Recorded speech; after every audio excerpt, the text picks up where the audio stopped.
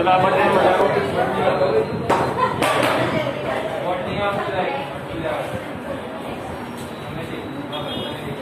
चलो अहींया ध्यान गई काले अपने गरीबीना घटाडवाना उपाय જોઈ ગયા।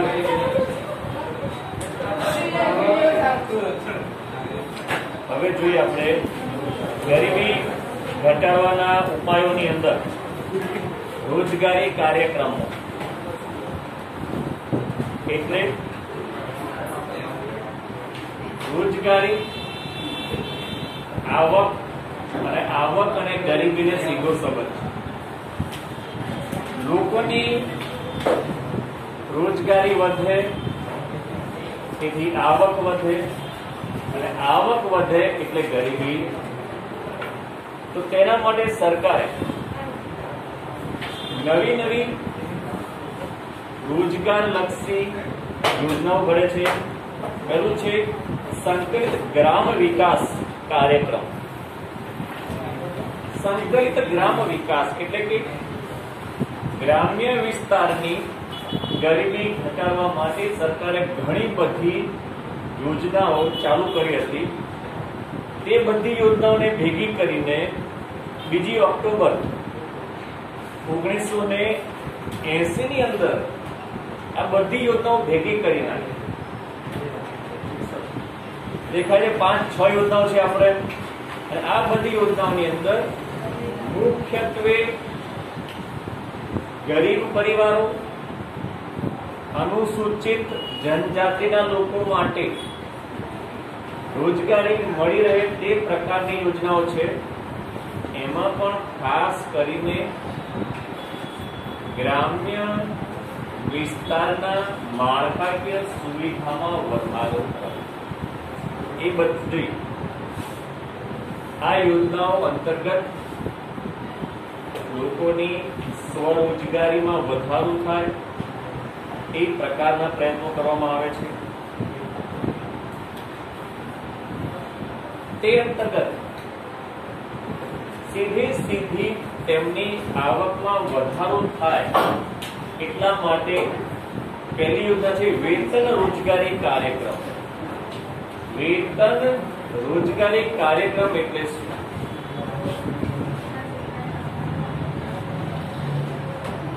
રોજગાર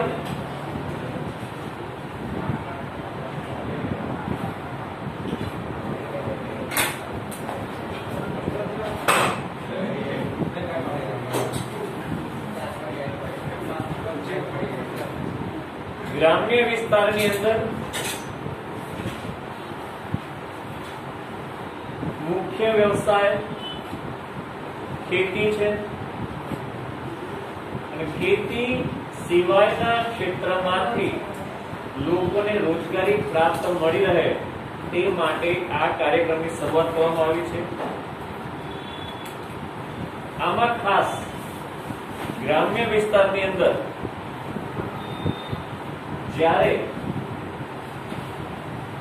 કુદરતી આફતો સિવાયના સમયમાં એટલે કે દુષ્કાળ, પૂર, ભૂકંપ એવી આફતો સિવાયના સમયમાં લોકોને રોજગારી મળી રહે તે માટે ગ્રામ્ય વિસ્તારમાં માળખાકીય વિકાસની યોજનાઓ લાગુ કરવામાં આવે છે, જેથી કરીને ખેતીની મોસમ સિવાય ભારતની અંદર ખેતીની મોસમ લગભગ 6 માસ રહેતી હોય છે, એટલે કે ભારતમાં 6 મહિના ખેતી થાય છે, અને બાકીના 6 મહિના વ્યક્તિએ ખેડૂતે ખેત મજૂરે બેકાર રહેવું પડે છે। તે સમય દરમિયાન તેમને રોજગારી મળી રહે તે માટે વેતન રોજગારી કાર્યક્રમ ઘડેલો છે। ત્યારબાદ પ્રધાનમંત્રી રોજગાર યોજના। અહીં આગળ માત્ર યોજનાના નામો બદલવામાં આવે છે, બાકી યોજના તો તેની તે જ રહેતી હોય છે। ગરીબ વર્ગ, ગરીબી રેખાથી નીચે જીવતા લોકો, મધ્યમ વર્ગમાં નીચલી કક્ષાના લોકો, એ 2 પ્રકારના લોકો, અને તો અનુસૂચિત જાતિ એસસી, એસટી, ઓબીસી, એસસીબીસી એ બધી અનુસૂચિત જાતિ, આ બધી જાતિઓને ધ્યાનમાં રાખીને આ બધી યોજનાઓ તૈયાર કરવામાં આવે છે. આનો મુખ્ય ઉદ્દેશ એક જ છે, કેમ કરીને બેરોજગારીમાં ઘટાડો કરવો અને રોજગારીમાં વધારો કરવો. ત્યારબાદ નવી યોજના છે, નામ એનું રાષ્ટ્રીય રોજગાર બાંહેધરી કાર્ડ. બાંહેધરી એટલે ગેરંટી.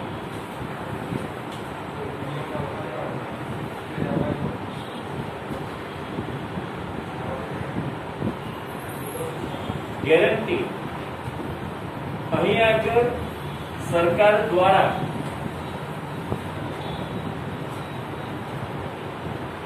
ગરીબોને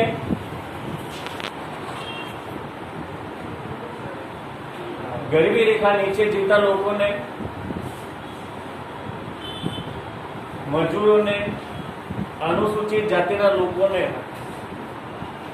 વર્ષની અંદર એક કુટુંબમાં કોઈ એક વ્યક્તિને 100 દિવસની રોજગારી મળી રહે તે પ્રકારની યોજના લાગુ કરવામાં આવી છે. ગરીબ કુટુંબ એટલે ગરીબી રેખા નીચે જીવતા લોકો, નીચો મધ્યમ વર્ગ અને અનુસૂચિત જાતિના લોકો, કુટુંબ દીઠ એક વ્યક્તિને 100 દિવસની રોજગારી, એને કહેવાય છે બાંહેધરી. તો આ કાર્યક્રમ અંતર્ગત દરેક કુટુંબમાંથી એક વ્યક્તિને રોજગારી મળી રહે, જેથી તેમની આવક વધે અને ગરીબી ઘટે, એ પ્રકારના પ્રયત્ન સરકાર દ્વારા કરવામાં આવે. આ થઈ રોજગારીની વાતો. સાથે સાથે વ્યક્તિની મુખ્ય 3 જરૂરિયાત હોય છે: રોટી, કપડા અને મકાન. તો અહીં આગળ ગરીબો ની આવક ઓછી હોવાથી તેમને આવાસ મળી રહે તે માટે આવાસ યોજનાઓ ચલાવવામાં આવે છે. એમાં ખાસ કરીને ગ્રામ્ય વિસ્તારની અંદર ઇન્દિરા આવાસ યોજના, તમે નામ સાંભળેલા હશો, ગામડામાંથી આવતા હોય. રાજીવ ગાંધી આવાસ યોજના, આ યોજના અંતર્ગત તેમને મકાન બાંધવા માટે જગ્યા પણ આપવામાં આવે છે. 100 મીટર સુધીની 100 મીટર એક મકાન બને. બહુ થઈ ગયું.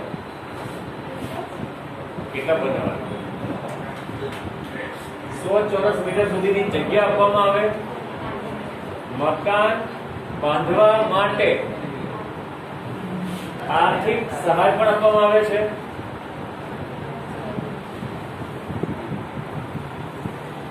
અને ખાસ કરીને જે ગરીબી રેખા નીચે જીવે છે તેવી વ્યક્તિઓને આમાં પસંદ કરવામાં આવે છે. અને ઘણા અલગ અલગ નામ છે: પ્રધાનમંત્રી રોજગાર, ઇન્દિરા આવાસ યોજના, રાજીવ ગાંધી આવાસ યોજના, જવાહર રોજગાર યોજના. એ બધી યોજનાઓનું ભેગું કરીને વસ્તુ એક જ, ગરીબી રેખા નીચે જીવતા લોકોને સરળતાથી મકાન મળી રહે તે પ્રકારની યોજના કરવી જોઈએ. ત્યારબાદ સામાજિક સલામતીની યોજના. સામાજિક સલામતી એટલે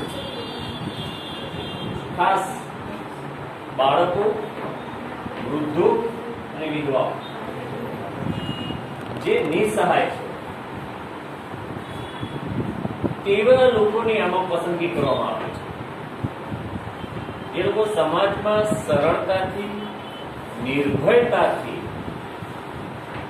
રહી શકે તે માટે સામાજિક સલામતી યોજનાઓ અંતર્ગત વિધવા સહાય યોજના, બાળ કલ્યાણ યોજના, વૃદ્ધાવસ્થા પેન્શન યોજના સિવાય પણ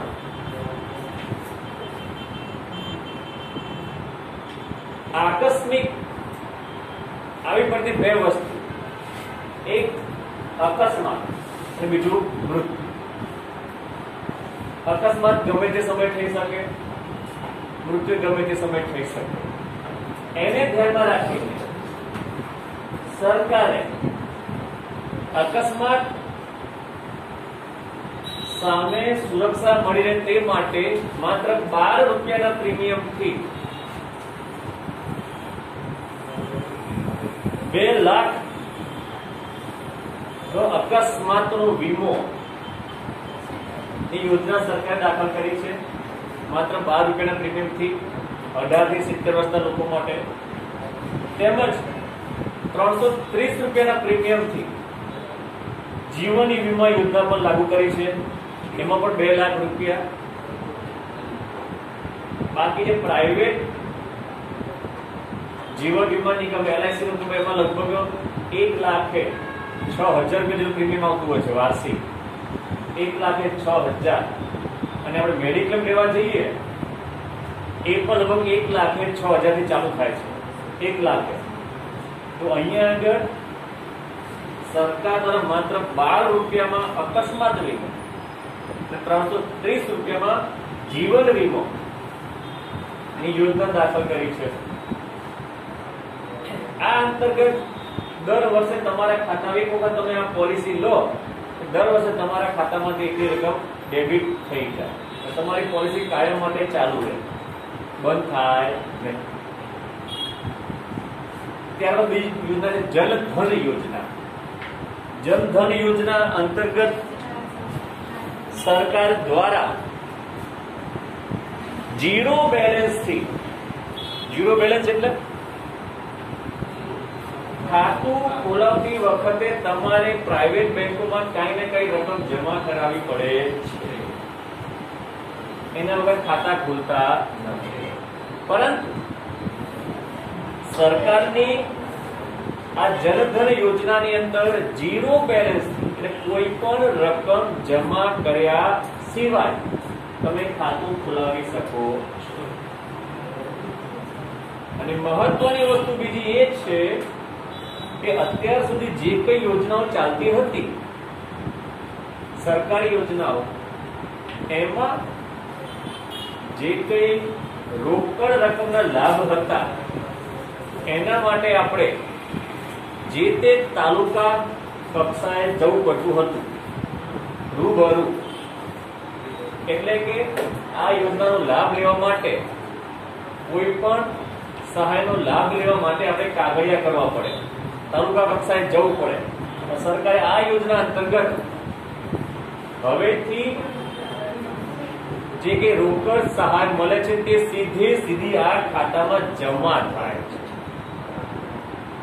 એટલે કોઈ પણ વ્યક્તિએ તાલુકા કક્ષાએ આ સહાય લેવા માટે જવું પડતું હોતું નથી. એ મુખ્ય વસ્તુ છે. એનાથી ફાયદો શું? એનાથી મુખ્ય એ ફાયદો છે કે ભ્રષ્ટાચાર ઘટે. કારણ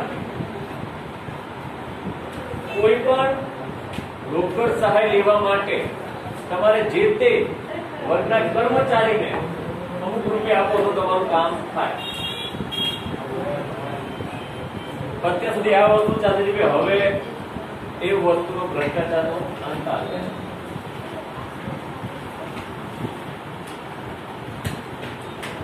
ખાસ આ જનધન યોજનાની અંદર સરકાર દ્વારા મહત્વની વસ્તુ એ છે કે અમુક સમય પછી જે તે ખાતા ધારકને 5,000 રૂપિયાનો ઓવરડ્રાફ્ટ આપવામાં આવે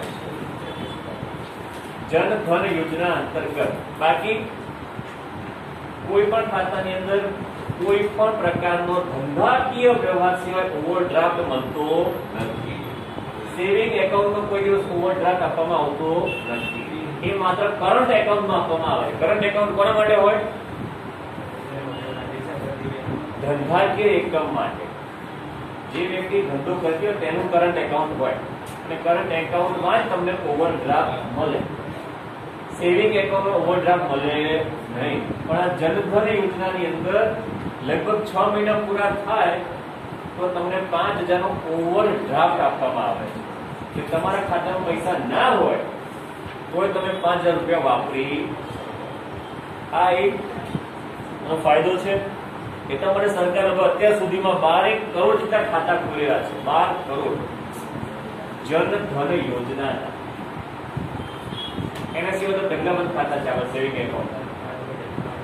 પરંતુ માત્ર ગરીબી રેખા નીચે જીવતા લોકો, વિધવા અને વૃદ્ધો, આ લોકોના ખાસ જનધન યોજનાની અંદર 0 બેલેન્સ થી ખાતા ખોલવામાં આવેલા છે. બરોબર. હવે આપણું અહીંયા ચક્કર આપવાનું થાય છે.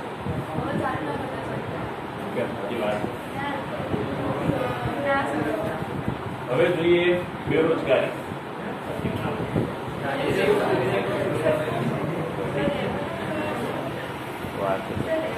ચલો, બેરોજગારી એટલે શું? અગિયાર ભણી ચુક્યા છીએ આપણે. બેરોજગારી કોને કહેવાય? એટલું જ ખાલી?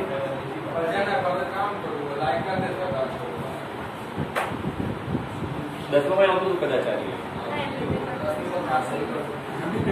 10મું તો ભણ્યા, 11મું એટલે પાસ થયા. જીવણી બેરોજગારી વ્યાખ્યા? માણસ કામ કરવા માટે સક્ષમ હોય પણ એને કામ ના મળતું.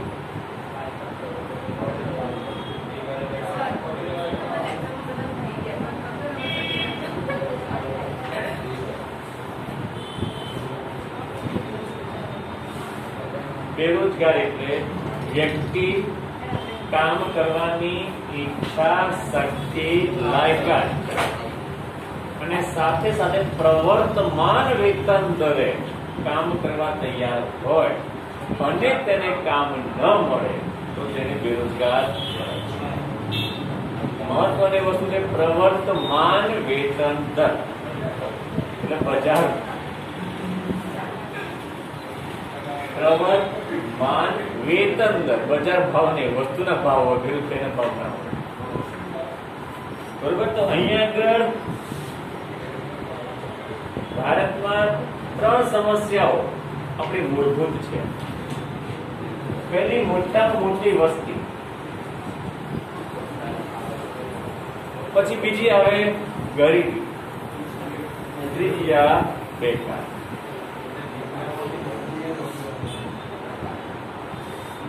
સૌથી મોટામાં મોટી સમસ્યા વસ્તીની છે. એ તો નિવારણ થવાનું નથી. બીજી ગરીબી, આપણે જોઈએ આગળ વસ્તી આગળ જોઈશું. બેરોજગારી.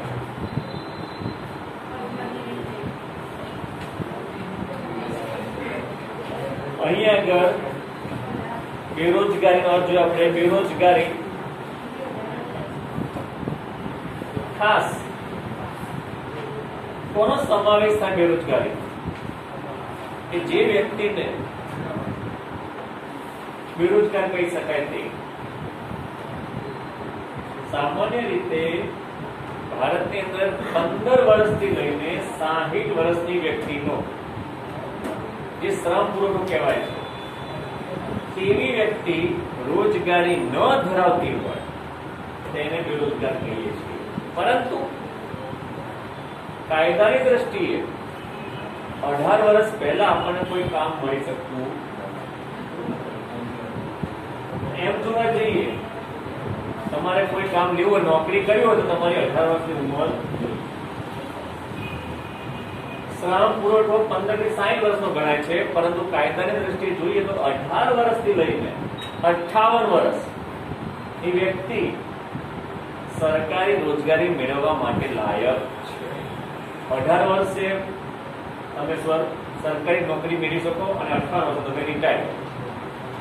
પ્રાઇવેટમાં 60 વર્ષની ઉંમર છે તો સરકારીમાં 58 વર્ષ તમને રિટાયર કરવાનું. એટલા માટે કાયદાની દ્રષ્ટિએ 18 થી લઈને 58 વર્ષની વ્યક્તિનો સમાવેશ શ્રમ પુરવઠામાં થાય છે. એમાં પણ જે વ્યક્તિ શારીરિક અને માનસિક રીતે સ્વસ્થ હોય તેવી વ્યક્તિનો શ્રમ પુરવઠામાં સમાવેશ કરવામાં આવે. જે વ્યક્તિ માનસિક રીતે સ્વસ્થ ન હોય તેનો શ્રમ પુરવઠામાં સમાવેશ કરવામાં આવતો નથી.